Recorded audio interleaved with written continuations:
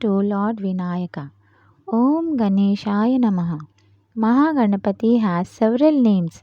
The familiar ones are Ganapati, Ganesha, Vinayaka, Gajanana, etc. He is a god of plenty, wisdom, good fortune, peace, and spiritual success. Pleased by our prayers, he removes all obstacles in the path of any work we undertake. So he is called Vigneshwara. He stands for Om, for his figure with an elephant's trunk resembles the form of Om. Hence, he is also called Pranava.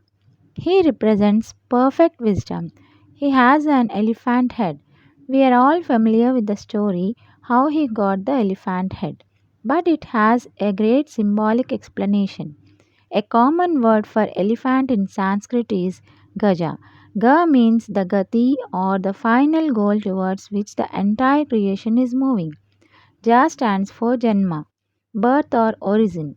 Hence, Gaja signifies God from whom the worlds have come out and towards whom they are progressing to merge in Him at the end.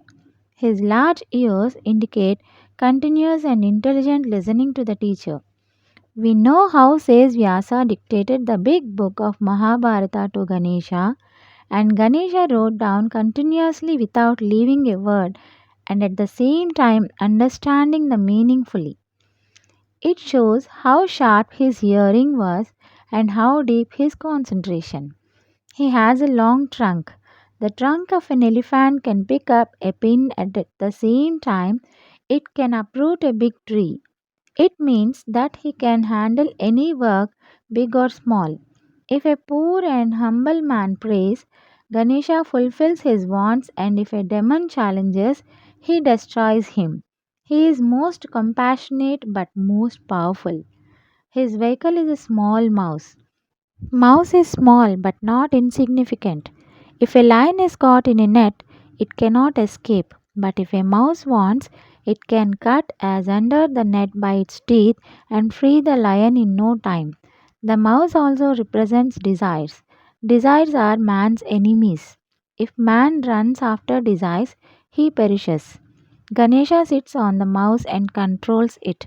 It indicates that man should control desires fully. Ganesha has four arms. He has a nose or rope in one hand. It signifies worldly attachments which make us suffer endlessly. Worldly attachments are a bondage like a rope. The second hand holds Ankusha or goad. It represents anger. Just as the nose binds us, anger hurts us like a goad. When our attachments and anger increase, life becomes miserable. The only way of escaping from the tyranny of these is to take refuge in God. It is better for us to surrender our attachment and anger to Him. When they are in His hands, we are safe. The third hand holds Modaka, a sweet preparation. If we please Him by our good character and worship, He bestows happiness on us. The fourth hand is in the blessing pose. He blesses the whole humanity. After all, we are His children and He wants us all to be always happy and cheerful. He has a large belly.